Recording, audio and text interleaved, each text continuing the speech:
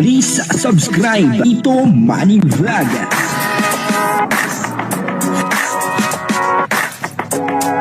Payagan po si Tito Manny Vlog na mag-reactor para pambiling gamot sa kanya pong karamdaman.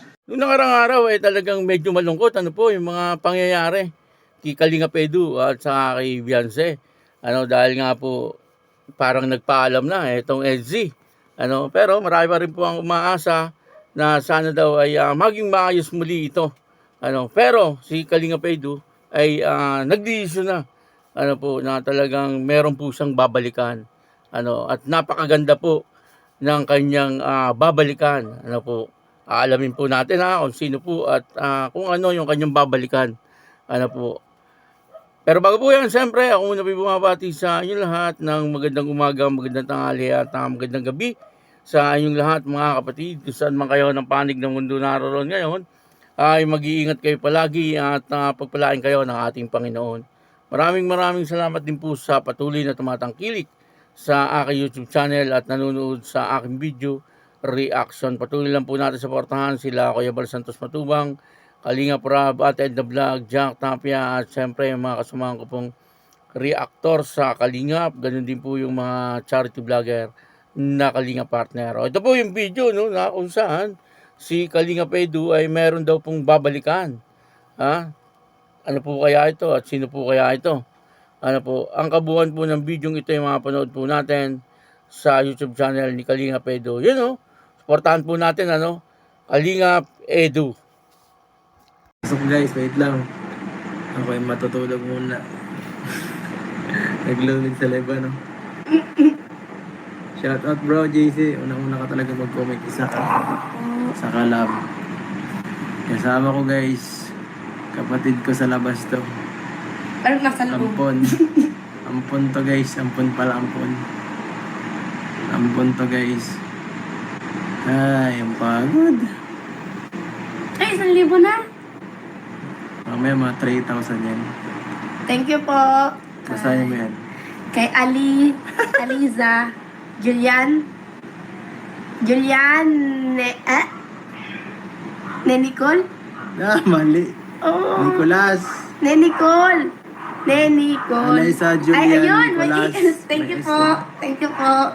Salamat po. Kulang tayo sa cellphone. Kulang sa cellphone. Kalingap Marky, shoutout po. Ang dami no? Namiss nila ako. Ay, Namiss ka ba? ako namiss nila. Shoutout kay Hana. Wala pa. Wala pa po si ate. Napanood niyo na po yung bahay po ni Kuya na pinagawa. Papa nga eh. Ay, Kuya, ayos na kasi dun eh. Meron doon barracks. Doon ko patitirahin si Melvin. Ay si Federico. Grabe naman, Kuya. Shoutout po mga kalingap, mga kababayan. Shout out. Naka-live na tayo guys, ayos. Ang kinampit ko guys. Hello. Ano daw? Hello Papa, it's okay ka lang. I'm fine. Thank you. Huwag kalimutan. 1 thumbs up. Yes po, wait tayo 1 minute. Sige to. Hindi ka na nanonood ng live mo. Oy, Ma'am Maria Clarissa, Thank buti you po. umabot. Gandang gabi sa lahat. Salamat po. Kasaan na yan.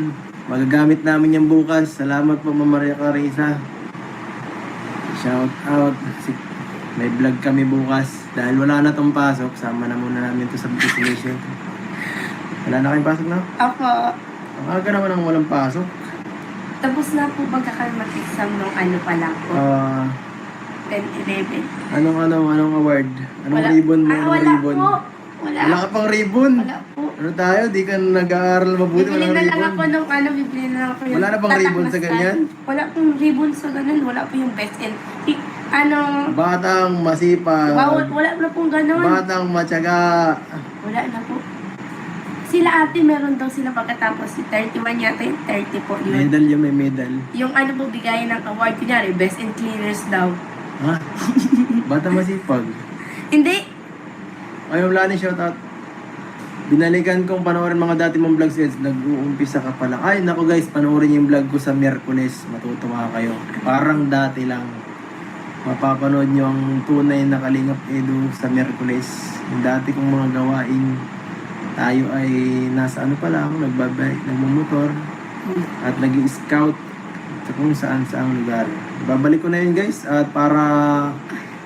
Makikita na- nila ako. Oo.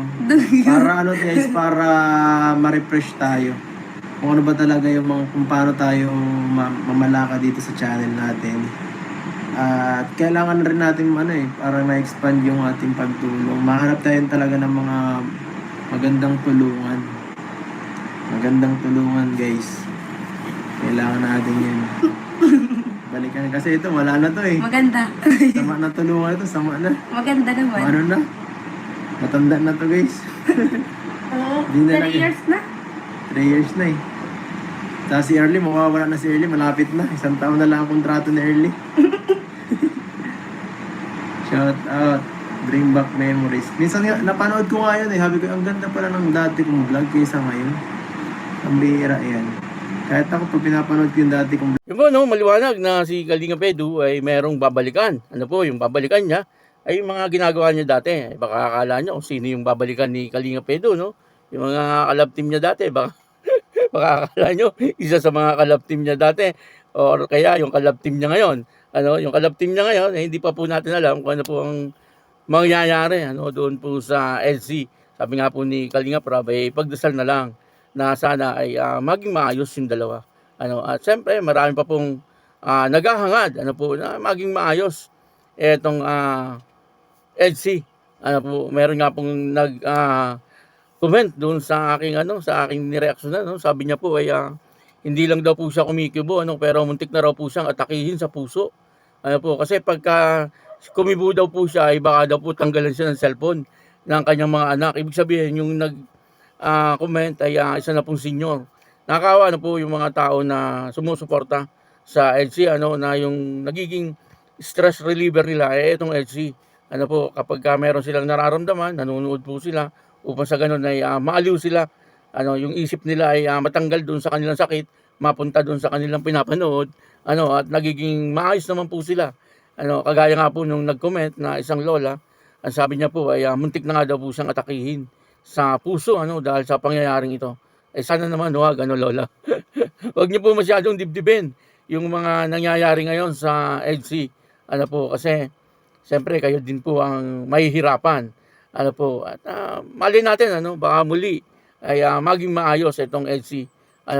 Pero maganda po yung naisipan ni Kalingap Edu na muli niyang balikan yung kanyang gawi-gawi dati, yung kanyang pag-i-scout, yung style ng kanyang pag-i-scout dati.